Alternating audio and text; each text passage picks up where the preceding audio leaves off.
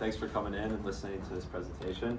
I ended up really liking this AI that I chose. It's my first time using it over these past few weeks, so you guys will learn kind of with me. But what I want to do today, more so than just tell you about an AI that I think is cool, is reframe your use of AI a little bit before we go into the workforces as seniors, juniors, whatever. So the way I want to do that is change the typical view of AI from this assistant that you have to do all your projects, write your essays, whatever it might be, into more of a best friend character in your life, or someone that you can rely on in terms of growing yourself and then also challenging you on your ideas and stuff. So that's going to be kind of the theme of my presentation here. But the AI I chose, it's called Pi AI. That one I got tripped up on a bunch of times, Pi AI. The Pi stands for personal intelligence. So what that means is that it's really centered on emotional intelligence, personal growth, interpersonal growth.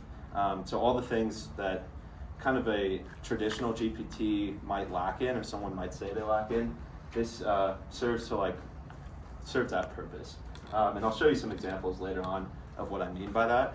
But just know it's very centered on this kind of empathy, personal growth, relationships with others, problems you might have, that sort of thing.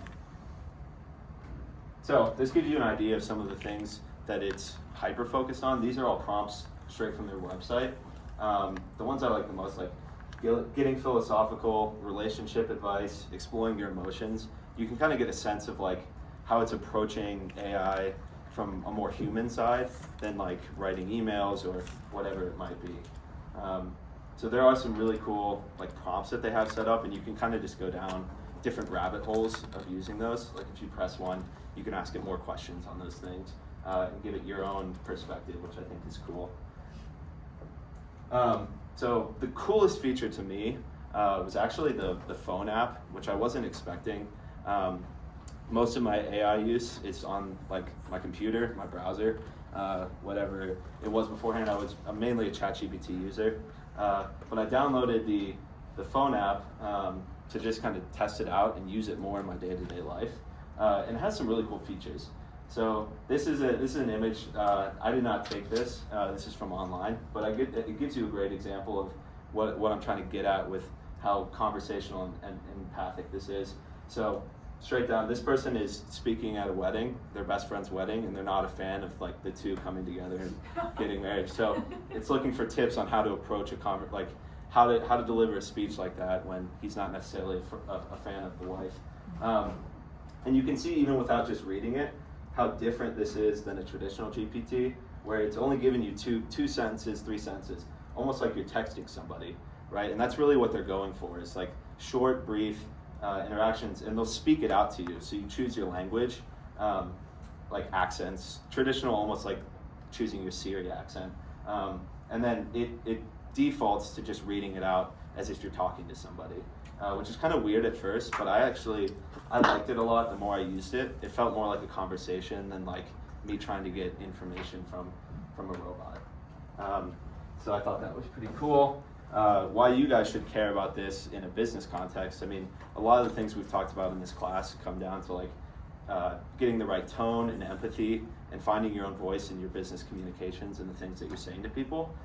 So it helps a lot with that, and it's not going to do it for you, which I think is kind of a cool application, where they're not writing things necessarily for you. It's not very good at doing that, but it is good at helping you in guiding questions and really growing your own personal voice, if that makes sense. So the biggest competitor would probably be Claude. I don't know if you guys have use with Claude. I didn't before this, but I thought the best way to kind of see the difference was to ask Claude what the difference is between these two. So this is its exact bullet points, copied and pasted. You can see this is directly from Claude. And just by reading the bullets, I think it actually hits it pretty well. It's designed to be a personal AI companion. It focuses heavy on conversational interactions. It has emotional intelligence built in, and then this is kind of like a jack of all trades. Like they mentioned, ability to write coding, to do AI web interfacing, and API developer. I don't even know what those things are, to be honest, but you can see kind of the difference there. And so Claude can come off empathic through like my testings, but it wasn't as like specifically detailed and as good as Pi was at doing it. So now that we've talked about like what Pi is, I want to give you some of my own personal use, because I was using it solely over these past 3 weeks. So just to give you like a scenario, this is all real. I am a coach to students 6th through 12th grade that struggle with neurodiversity and have executive functioning sort of issues, and so I teach them planning, organization, and stuff like that.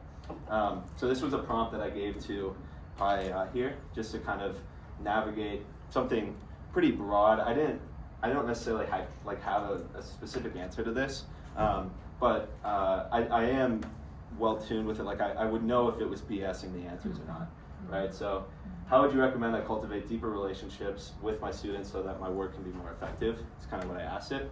And this is what it spit out. I think it did a pretty good job at being creative enough with the answers to give you like real insight, but also not like telling you exactly what to do. So it gives you a bunch of stuff like visual aids, personalizing your approach. I thought it was pretty good. And like I said, it's very growth oriented. Like it's not saying do this and it's gonna work. It's like, here's a bunch of options, and I'll help you grow with that. And so I challenged it a little deeper. I then gave it a follow-up question, really specific now on like one of my students. This is true. He's in 6th grade and he's getting assignments for the first time, and he's like, he just doesn't care. He doesn't even get that missing assignments like mean anything.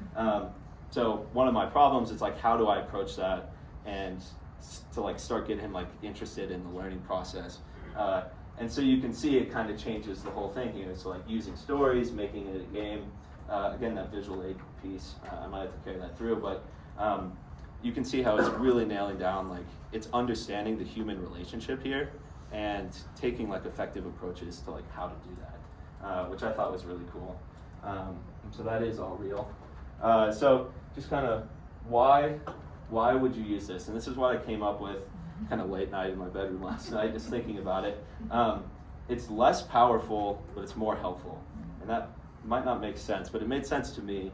And what I mean by this is it's not going to be doing like intensive coding. It's not going to help you out on a whole bunch of your projects that you're doing if you're trying to get it to like just do the things for you.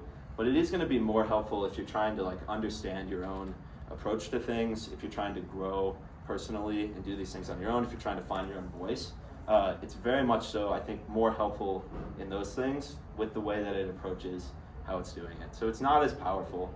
I would never make that claim, but it can be more helpful in certain cases. Try 8 minutes. Beautiful. That's it. Perfect. Thank you. Could you set up for 5 minutes? What? 5 minutes now for Q&A? Sure. Yeah, Yep. thanks.